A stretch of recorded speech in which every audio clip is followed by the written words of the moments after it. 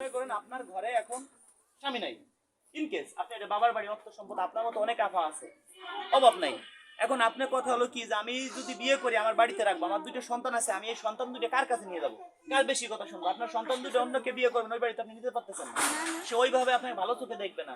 আপনার কথা যে আমার বিয়ে করবে আমার বাড়িতেই থাকবে। অনেক আছে তিনটে চারটে বোন, কেউ না বলুক, হ্যাঁ কেউ না বলুক যে আল্লাহ রে একটা ভ্যান আলা হোক, একটা অসহায় ফুচকা আলা হোক, চটপটি আলা হোক, মুড়ি ঝালমুড়ি বিক্রি করতেছে, সব জায়গায় আমি দেখছি যে আসলে এটা সত্য কথা। একটা কথা বলি কি, তাদের সম্ভবত মানে কি বলবো আর, এই যে লটারি করছে, এই যে লটারি না করলে আপনি কি 5000 নিতেন? আমি টাকা দিলে জীবনে নিতাম না, নিতেন না। ঠিকই তাদের কাছে প্রেজেন্ট করতেছে। হ্যাঁ, তারা ইচ্ছা করে যেটা নিতেছে, যেখানে যা বাজার হোক, টাকা হোক, মানে যেটাই হচ্ছে সেটাই। এই যে আপনারা মনে করেন যে অর্থ সম্পদ, আবার বিয়ে করাচ্ছে, তাতেও আমি দেখছি। হ্যাঁ, মানে যাদের মানে একেবারে অসহায়, টাকা পয়সা নাই, তাদের একবার ফ্রিতে বিয়ে। আর যাদের আবার বরঞ্চ 10,000 টাকাও দিচ্ছে, এটাও দেখছি। যে বিয়ে করবে সে 10,000 টাকা পাবে, ভিডিও করতে দিবে। এবার যারা গরিব ইতিম অসহায় তারা বিয়ে করবে, তারা খরচ পাবে কোথায়? খরচ পাবে কোথায়? অনেকে এই টাকার জন্য বিয়ে করে না। অনেকে আছে না যে আমি বিয়ে করব, অসহায় লোক, আমার কাছে টাকা নাই, কিভাবে বিয়ে করব? ওই টাকা পর্যন্ত আমরা তাকে দিব। এবার 10 জন লোক যদি আসে, 8 জন 9 জন থাকে অসহায়, একজন লোক তো ভালো থাকে। এখন ধরেন 100টা বিয়ে দিলাম, 100-র মধ্যে 90 জনের কাছে টাকা নাই, 10 জনের কাছে আছে। এরকমই বেশিরভাগ আসে আমাদের কাছে। আমাদেরও তো চলতে হবে, কারণ আমাদের ফেসবুক ইউটিউব থেকে ইনকাম দেয়, ওইখান থেকে চলি, পাশাপাশি ছোট ওইভাবে আমরা খরচ করি, ওইভাবেই খরচ করি। আসলে তো করেও তাই।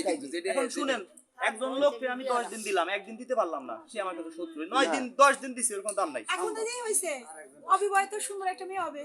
আমার কাছে অবিবাহিত কোনো মেয়ে নাই, সব বিবাহিত না? সব বিবাহিত। তাহলে আচ্ছা, আমার বড় মামা আছে অবিবাহিত মেয়েরা, তারা তার এলাকায় বিয়ে হয়ে যায়, তারা কিন্তু আমার কাছে আসে না। আমার কাছে আসে কারা? অনেক আপু আছে, যে ধরেন আপনাকে উদাহরণ দিলাম, ধরেন আপনার দুটো সন্তান আছে না, এখন ধরেন আপনার বোন নাই, আপনার এইটা বাবার বাড়ি মনে করেন, এটা উদাহরণ দিচ্ছি আপনাকে, দর্শককে তো বলতেছি, আর একটা আপনার যেটা উদাহরণ দিলাম, আপনি এই জিনিসটা বোঝেন না। ঠিক আছে, বুঝতে পারছি। মনে করেন আপনার ঘরে এখন স্বামী নাই, ইনকেস আপনি একটা বাবার বাড়ি অর্থ সম্পদ আপনার মতো অনেক আফা আছে, অভাব নাই। এখন আপনার কথা হলো কি যে আমি যদি বিয়ে করি আমার বাড়িতে রাখবো, আমার দুটো সন্তান আছে, আমি এই সন্তান দুটো কার কাছে নিয়ে যাবো? কার বেশি কথা শুনবো? আপনার সন্তান দুটো অন্যকে বিয়ে করবেন, ওই বাড়িতে আপনি নিতে পারতেছেন না, সে ওইভাবে আপনাকে ভালো চোখে দেখবে না। আপনার কথা যে আমার বিয়ে করবে আমার বাড়িতেই থাকবে। অনেক আছে তিনটে চারটে বোন, আপনাকে তো উদাহরণ দিলাম, আপনার তো স্বামী আছে, আপনি তো আমার ভাবি, অনেক সম্পদও আছে, এই রূপে সম্পদ আছে। এইভাবে ঘর জামাই থাকে। এটা দর্শক বন্ধুরা আপনাদের বলি, এটা আমার ভাবি, আসলে আমার বড় ভাইয়ের বউ। আসলে ভাবিকে দিয়ে একটা উদাহরণ দিলাম আপনাদের, আবার এই ভাবিটা আবার কেউ পাত্রী ভাবি নিয়েন না, ক্লিয়ার কাট কথা যেটা বলেই দিলাম না। ভাবি ঠিক আছে না, এলো আমার ভাবি। আসলে ভাবির বাড়ি আমরা আসছি বেড়াইতে, ভাবিকে যদি সরাসরি টাকা দেয় জীবনও নিবে না, তো আমরা একটা লটারির মাধ্যমে আমরা উপহারটা দিছি ভাবিকে, নাকি ভাবি? হ্যাঁ, এটা যদি আপনি না নিতেন আমিও কষ্ট পাইতাম না। আপনার বাড়ি কিন্তু বেড়াবার আসবো আমরা 6 তারিখে, না না এই যে শুক্রবারে, এই যে শুক্রবার কবে সকাল, আপনি যে সময় না আপনারা কি খাবো? কোটা ডাউল ভাত, আমরা ডাইল ভাত খাই, ওই মুড়ি চানাচুর খাই। আমরা গরিব মানুষ তো, আমরা ডাউল ভাত আর আলু আরে তুমি রিজন ভাই একটু মনে তো দোয়া দাও ভাই, আসেন দিদি শুনে মাত দোয়া হলো বড় দোয়া ভাই, দোয়া দাও, মনেতে দাও, মনেতে দাও, মনেতে দাও।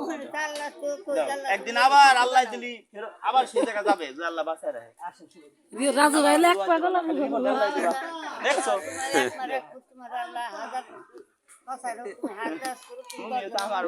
তোমার একটা আছে রুমানের কাছে, রুমান কা আমি রাজু কাকারে দেখি মা, রুমান তোমার একটা আছে রুমানের কাছে, রুমান দেখে রুমান কি আজকে কথা কইলাম, ওটা বাইজে রয়েছে। রাজু কাকা তুমি মেলা টাকার মালিক হয়ে গেছে, মা লক্ষ লক্ষ টাকা, কোটি কোটি টাকার মালিক হয়ে গেছে রুমান কয়। এই রুমান এতটুকু রুমান তোমার আমার কথা হলো কি, জীবন মতো হয়ে গেছে। এক কথা, সবারই জীবনে মরতে হবে। হ্যাঁ, এখন আমি এই যে অর্থ সম্পদ হয়ে যাবো, আমার ছেলে মেয়ে ওই নিয়ে ডাঙ্গা ফাঙ্গা মেরে বেড়াবে, ওই কবরে আযাব হবে আমার। আমি চাই এইটা, শুনেন, আমি চাই এইটা আমি মরে যাওয়ার পরে কেউ না বলুক আল্লাহর এই লোকটা মরে গেছে, আমরা অনেকটা বেঁচে গেছি। মানুষ যাতে বলে আল্লাহর এই লোকটা কত ভালো ছিল, সবাই যাতে আফসোস করে। আরে তোমার আব্বা মরে গেছে কেমন যে লাগছে, তোমার ভাই কয় কি জানলি বিজানা শরীর কইতাম পিরাই আইছে, আসলে মা মা ঘরে আছে নাকি, আসলে মা কই মানে ওনার আব্বা একটা মানুষ ছিল, মুস্তাফিলাল ভাই, ওনার আব্বা একটা মানুষ ছিল, মাটির মানুষ। আসলে আমার কাছে এই যে আমার মারে, মার কাছে ডাইরে শুনেন, কয়েক কোটি আইটেম খালি খাবার দেয়, উনি কি করে জানেন? উনি এই খাবার খেতায় মেতাতে ইদে কম্বল দিয়ে ডাইস হয়, পরে 3 দিন পরে দেখি যে খাবার নষ্ট হয়ে গেছে, কত খাবার নষ্ট হয়। আগেকার লোক তো নির্দিষ্ট ডেট থাকে, ঠিক আছে? বাড়ি বাড়ি আইছিল, বাড়ি মা রাখতো, মানে রাখতো না এমনি। উনি কইছে কি বাড়ি ওই আমার ওই জায়গায় গেলি পড়া 15 দিন ভালো থাকে, 15 দিন পরে কয় আমি একটু গ্রামে যাব, গ্রামে পাগল হয়ে যায় আসার জন্য, যদি দিয়ে যায় কয় আমি একদিন থাইয়া আবার আমি এই জায়গায় আসবো না। আর যাওয়ার নাম নাই। ওই বাড়ি এই কোনা ওই কোনা, মোটামুটি এক সপ্তাহ ঘুরে বেড়াই।